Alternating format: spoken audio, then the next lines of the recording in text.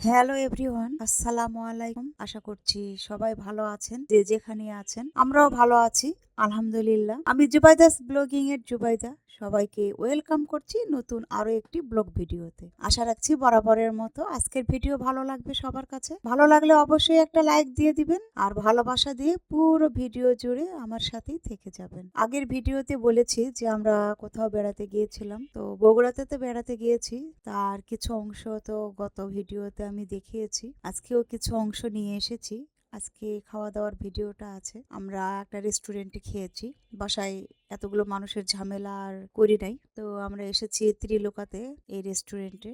তো ভাবলাম যে সামান্য একটু ক্লিপ নিয়ে রাখি রেস্টুরেন্টের। এখন যেহেতু খাবার অর্ডার দেওয়া হবে, তো কিছুটা সময় তো লাগবেই। এজন্য আমি একটু একটু করে ভিডিও ক্লিপ নিচ্ছিলাম আপনাদের মাঝে শেয়ার করার জন্য।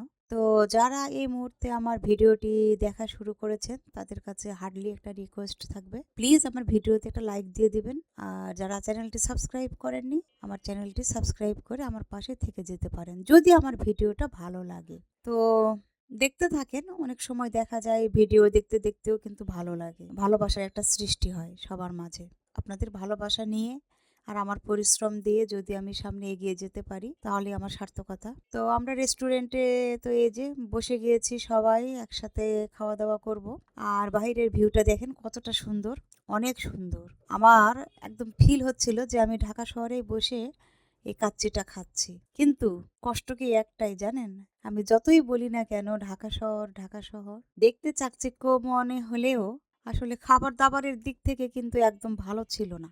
আমরা বিভিন্ন রেস্টুরেন্টে খেয়েছি ঢাকাতে, খাবারগুলি অনেকই ভালো। এই বগুড়া শহরে গিয়ে যে ত্রিলোকাতে খাওয়া দাওয়া করলাম, খাবারটা আসলে আমার খুব একটা ভালো লাগেনি, সত্য কথা বলতে। কাচ্চিটা দেখতেও যেমন সুন্দর নয়, তেমনি মাংসর পিসগুলো একদমই ছোট ছোট, দেখার মধ্যে কোনো সৌন্দর্য নেই। তবে আলুটা বড় দিয়েছে। ঢাকা শহরে যেরকম বড় একটা আলু দেয়, ঠিক সেরকমই আলু দিয়েছে। শসা দিয়েছে, লেবু দিয়েছে। এখানে শুধু মিসিং দেখলাম কাঁচামরিচ দেয়নি, কাঁচামরিচটা ছিল না। লেবু শসা ছিল। আর আমরা বোরহানি অর্ডার দিয়েছিলাম, এটা যে কখন আসবে আল্লাহ জানে। একটা জিনিস দেখলাম, ওনারা খুবই স্লো। আমরা খাবার অর্ডার দিয়েছি, দিয়ে মনে হয় মোটামুটি 30 মিনিটের মতো অপেক্ষাই করেছি। খাবার আসতে এতটাই লেট। বোরহানি অর্ডার দেওয়া হয়েছে, তো বোরহানি প্রায় খাওয়া দাওয়া প্রায় শেষের পথে, সে সময় এসেছে। তো এই যে খাওয়া দাওয়া শেষ করছি আমরা সবাই মিলে। আসলে জায়গা বিশেষে এই জিনিসের ভালো মন্দ বিচার করাটা ঠিক আছে। কারণ ঢাকা শহরের মতোই, কারণ এখানেও অনেক কম্পিটিশন, অনেক রেস্টুরেন্ট আছে। কার চাইতে কে ভালো করবে, ভালো না করলে তো আসলে একবার যাওয়ার পরে যদি দেখে যে সেখানে খাবারটা ভালো নয় বা মানসম্মত নয়, যাই হোক যেটাই হোক না কেন, তখন তো মানুষ সেখানে আর যাবে না, তাই না? তো কাস্টমার ধরে রাখার জন্য রান্নাটা তো অবশ্যই ভালো হতে হবে, আর দেখার সৌন্দর্যের কিন্তু একটা ব্যাপার আছে। তো এই হচ্ছে অবস্থা। এই যে কতক্ষণ পরে দেখেন বোরহানিটা আসলো। ঢাকা শহরের রেস্টুরেন্টগুলোতে অর্ডার দেওয়ার দেখা যায় 5-7 মিনিট পরে কিন্তু খাবার টেবিলে আসতে থাকে একটা একটা করে, ওনারা কিন্তু বসে রাখেন না।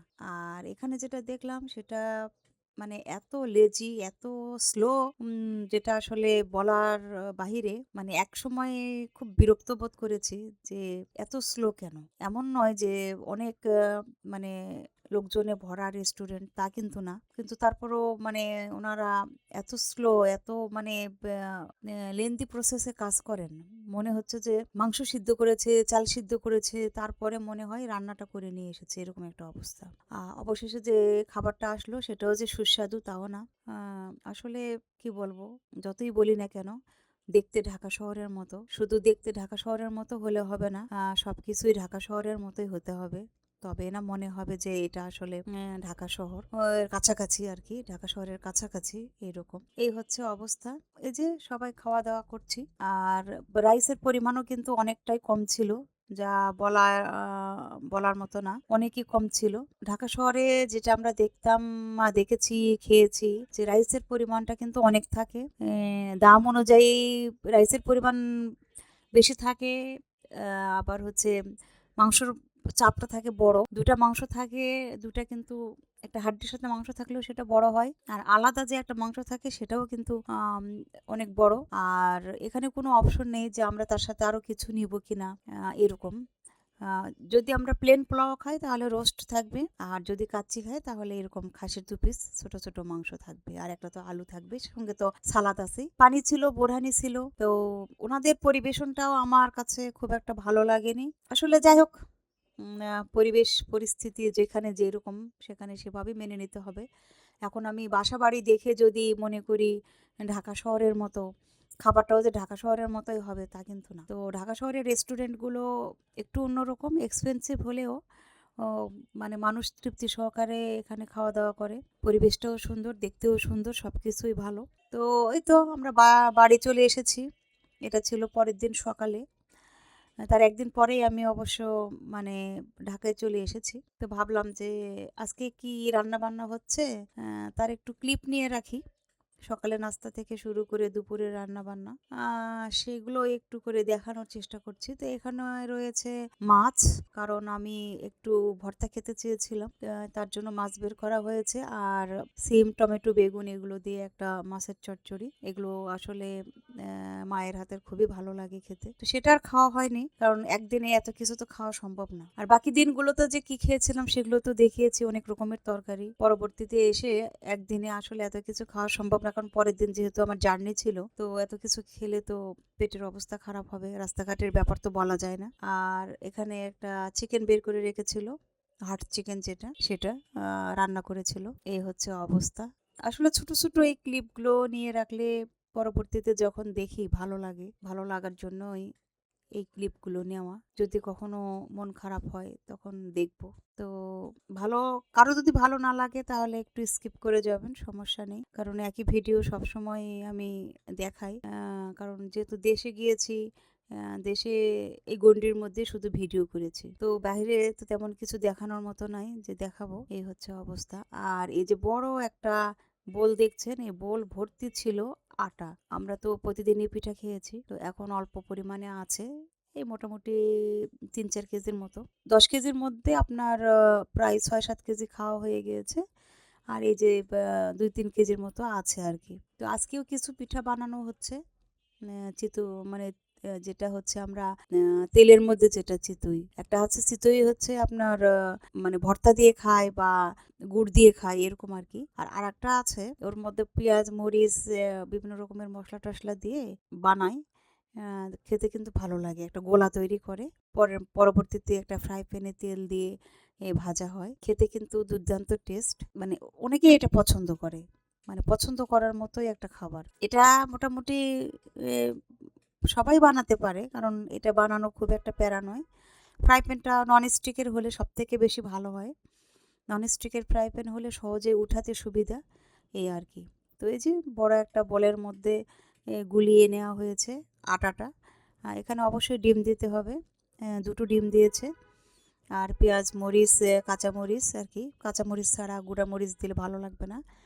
আর সামান্য একটু আদা রসুনের পেস্ট, জাস্ট সামান্য, বেশি দিলে কিন্তু গন্ধ লাগবে। পেঁয়াজ কুচি করে দিয়েছে, আর কাঁচামরিচ, সামান্য আদা রসুনের পেস্ট, একটু হলুদের গুঁড়ো, সামান্য একটু দিলেই চলে, খুব বেশি দিলে আবার হলুদের গন্ধ করবে, এরকম আর কি। তো সবকিছু সামান্য সামান্য দিয়ে জাস্ট ডিম দিয়ে আটাটাকে গুলিয়ে নিয়েছে, একটা পাতলা বেটার বানিয়ে নিয়ে এখন হচ্ছে ওভাবে বানিয়ে নেওয়া হচ্ছে, একটা একটা করে ফ্রাই প্যানে দেওয়া হচ্ছে একটু তেল দিয়ে। এই হচ্ছে অবস্থা। আমরা অনেকেই কিন্তু জানি না এই পিঠাটা বানাতে, আর এটা কিন্তু অনেকটা পাটিসাপটার মতো। যদি আমরা শুধু আটাটা ডিম দিয়ে করে নিই, এরকম করে পানি দিয়ে একটা গোলা তৈরি করি, করে যদি আমরা একটা নন স্টিকের প্যানে পিঠাটা দিই আর ভিতরে যদি পুর দিই, তাহলে কিন্তু পাটিসাপটা পিঠাটা হয়ে যায়। তো পাটিসাপটার মতো এটা কাছাকাছি আর কি। তো এই পিঠাটা খাওয়া হয়েছে, বড় আপাদের অবশ্য খাওয়া হয়নি, আমরা খেয়েছি। অনেকই মজার, অনেক টেস্টি, কারণ যারা ঝাল ঝাল পিঠা পছন্দ করেন তারা এই পিঠাটা বানিয়ে নিতে পারেন আর কি,